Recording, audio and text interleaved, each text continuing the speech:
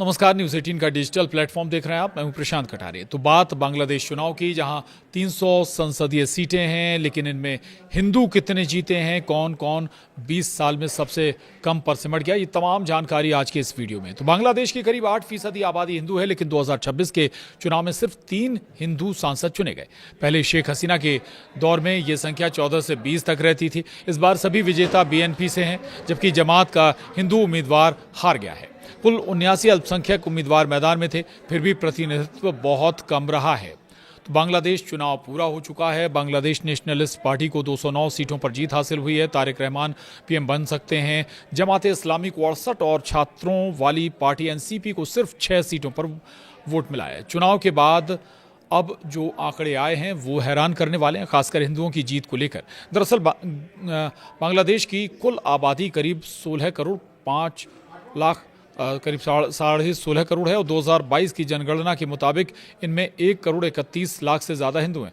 यानी देश की करीब 8% आबादी हिंदू समुदाय से आती है। ये कोई छोटी संख्या नहीं है, लेकिन 2026 के ताज़ा संसदीय चुनाव में हिंदू समुदाय का प्रतिनिधित्व बेहद कम रह गया है। 300 सीटों वाली संसद में इस बार सिर्फ 3 हिंदू सांसद चुने गए हैं। ये आंकड़ा तब आया है जब हाल के दिनों में हिंदुओं के खिलाफ हिंसा देखी गई है।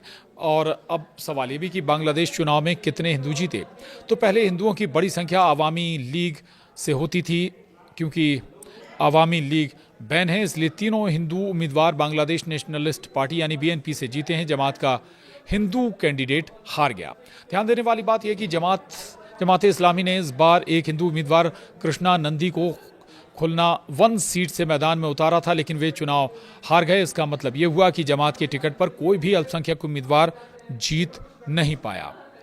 पहले क्या स्थिति थी ये भी जानिए। रिपोर्ट्स के मुताबिक शेख हसीना के लंबे कार्यकाल के दौरान संसद में हिंदू सांसदों की संख्या इससे कहीं ज़्यादा रही थी। 2009-2014 की संसद में 16 हिंदू सांसद थे। 2014-2019 में ये संख्या बढ़कर 17 हो गई थी। आरक्षित सीटों के साथ 20 तक पहुंच गई थी। वहीं 2019-2024 में करीब 14 अल्पसंख्यक सांसद थे।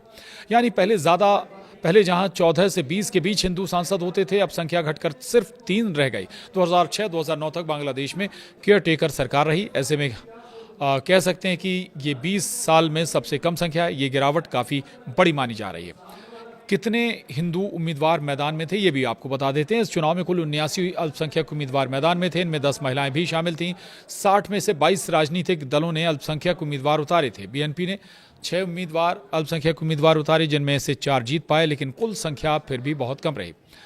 अब सवाल है अब तमाम सवाल इस पर क्यों उठ रहे हैं। तो देश की लगभग 8% आबादी होने के बावजूद संसद में 1% से भी कम प्रतिनिधित्व होना चिंता का विषय माना जा रहा है। राजनीतिक विश्लेषकों का कहना है कि अल्पसंख्यक समुदाय कई इलाकों में निर्णायक भूमिका निभाता है, लेकिन टिकट वितरण और चुनावी गणित में उनकी हिस्सेदारी सीमित रह जाती है। इसके अलावा चुनाव के दौरान सांप्रदायिक तनाव और अल्पसंख्यकों की सुरक्षा का मुद्दा भी चर्चा में रहा। वहीं बांग्लादेश चुनाव में कितनी महिलाएं जीती हैं ये भी जानिए। इस बार चुनाव में महिला उम्मीदवारों की संख्या भी बहुत कम रही। हालांकि 7 महिलाओं ने जीत दर्ज की, जिनमें ज़्यादातर BNP से थीं।